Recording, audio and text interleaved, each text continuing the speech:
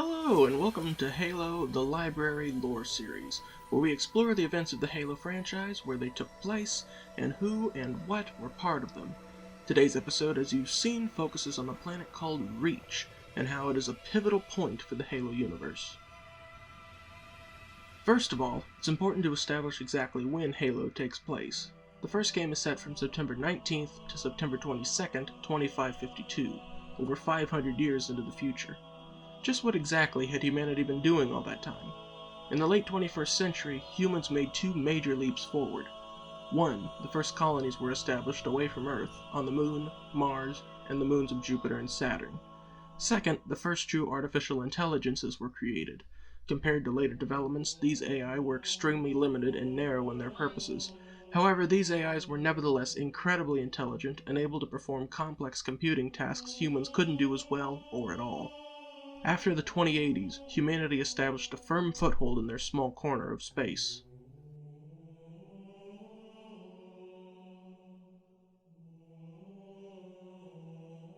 As humanity's reach grew, its grip loosened. The farther out one went from Earth, which was slowly becoming less divided and more of a centralized government under the United Nations, the more one would find people didn't much care for centralized rule. Other factions rose and tried to govern things their own way. Two of the most infamous factions were neo-communist and fascist movements, the Kozloviks and the Friedens. They both began targeting things such as UN embassies, and the United Nations Space Command, or UNSC, was founded to combat the terrorists. They did not die out easily, and the resulting conflicts in the Jovian moons, Argyre Planitia on Mars, and the rainforests on Earth came to be known as the Interplanetary Wars.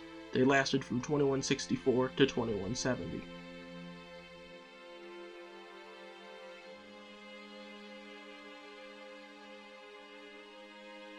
Humanity took its third major step in the year 2291, when Doctors Tobias Shaw and Wallace Fujikawa successfully invented a drive which would allow starships to travel faster than the speed of light. The drive used micro-wormholes to squeeze ships into a dimension between those we can normally observe to shorten the time of travel between star systems. This method of FTL travel is known as slipstream space, or simply slipspace. With this incredible device at its disposal, the human race began colonizing planets and other systems. By the 2500s, there were over 800 human-occupied planets. The planets closer to Earth were known as the inner colonies, and were more developed and politically stable than the outer colonies, which were often agricultural or mining worlds that supplied the inner colonies. The planet Reach was one of these inner colonies.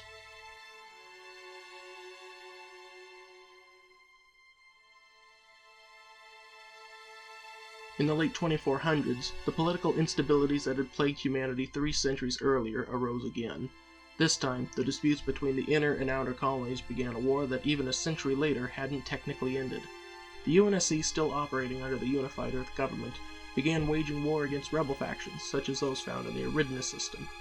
But it was clear the insurrection wouldn't be quelled by standard military tactics. A new method of warfare and a new type of soldier would be needed.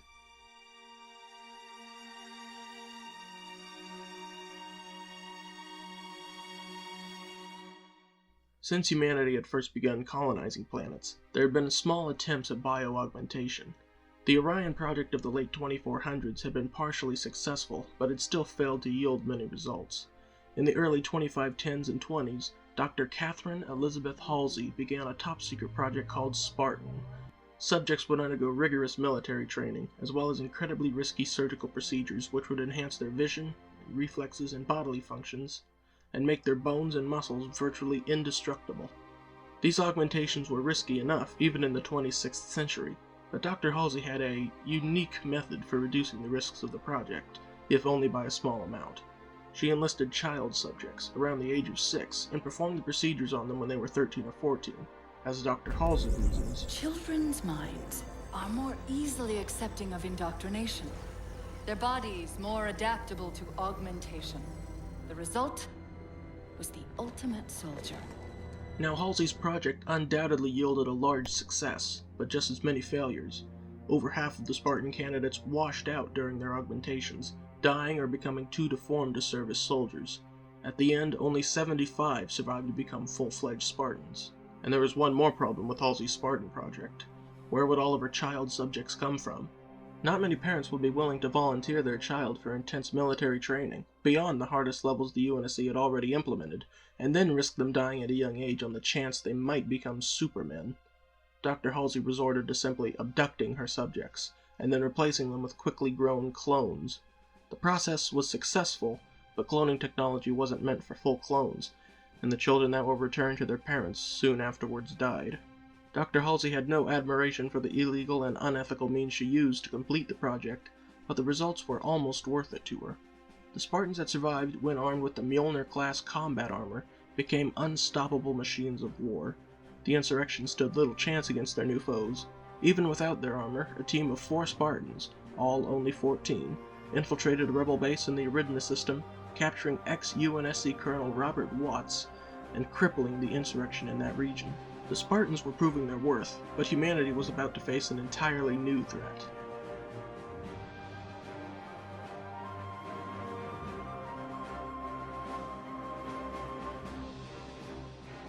On February 3, 2525, the planet Harvest made long-range contact with an unidentified vessel. Contact with the colony was lost shortly thereafter. The Colonial Military Administration sent a scout ship, the Argo, to investigate. It never returned. Fearing something serious, like a total insurrectionist takeover, a battle group consisting of the destroyer Heracles and the frigates Arabia and Vostok was dispatched, and arrived at Harvest in October. Only the Heracles returned, having been heavily damaged. It reported that the rest of the battle group, as well as the entire planet of Harvest, had been destroyed by the unidentified vessel, and in fact said vessel was no longer unidentified. Its crew sent a message to humanity, in plain English. Your destruction is the will of the gods, and we are their instrument.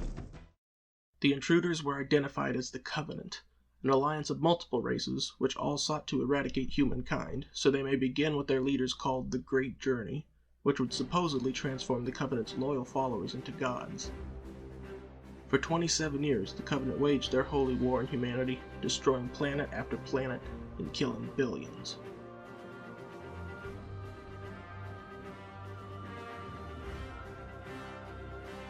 On July 17, 2552, UNSC outpost Archimedes detected a large object in slipspace heading towards the colony of Sigma Octantis IV.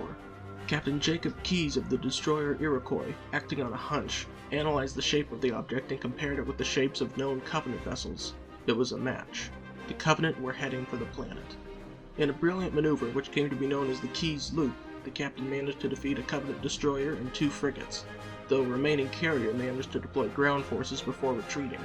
An invasion was underway, and UNSC Marines were not quickly gaining ground. So who else but the Spartans were sent in?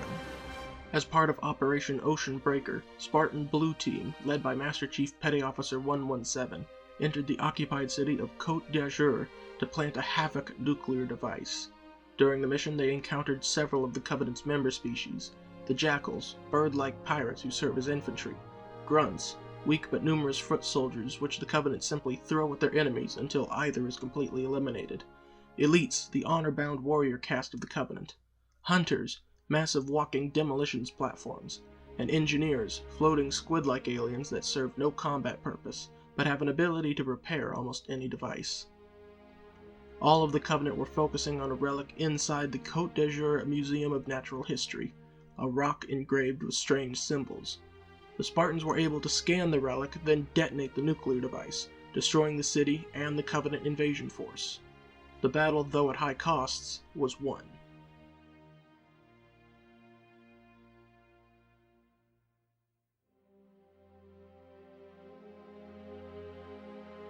Shortly after the Battle of Sigma Octantis IV, most of the Spartans which remained in service were recalled to Reach for a new mission. There was a plan being set in motion to capture a Covenant ship, take it to their homeworld, and capture one of their leaders in order to force a truce. The Spartans were given updated armor and a ship from which to deploy, the Halcyon-class cruiser Pillar of Autumn. It was to be captained by the living legend himself, Jacob Keyes.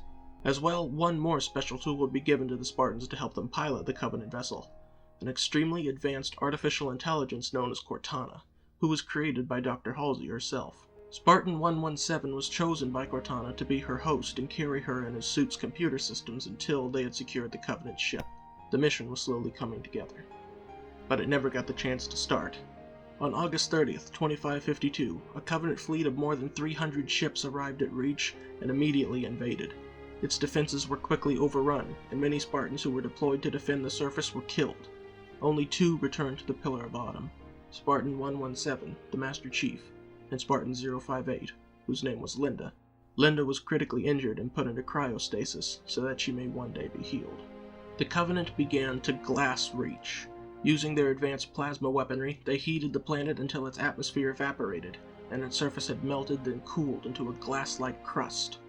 A massive portion of the UNSC military, as well as a significant human population center, was destroyed. The remaining UNSC ships began following the Cole Protocol, which was written to keep Covenant ships from finding Earth. It required fleeing ships to escape on completely random vectors. Cortana, however, set the Pillar of Autumn on a slightly less than random course, using the data from the scans of the artifact the Spartans found on Sigma Octanus IV.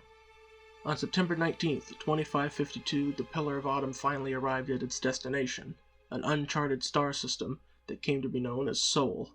Cortana detected Covenant ships lying in wait, having followed and outrun the Autumn to get there. But there was something else. In the shadow of a gas giant called Threshold, between it and the icy moon Basis, was a ring-shaped structure 10,000 kilometers in diameter. It was clearly artificial, but across its inner surface were sprawling green plains, vast dry deserts, deep blue oceans, and tall snow-capped mountains. With the Covenant closing in, it was almost time for the crew of the Autumn to fight again. But whatever happened next, the strange ring was going to play a major part in the coming battle.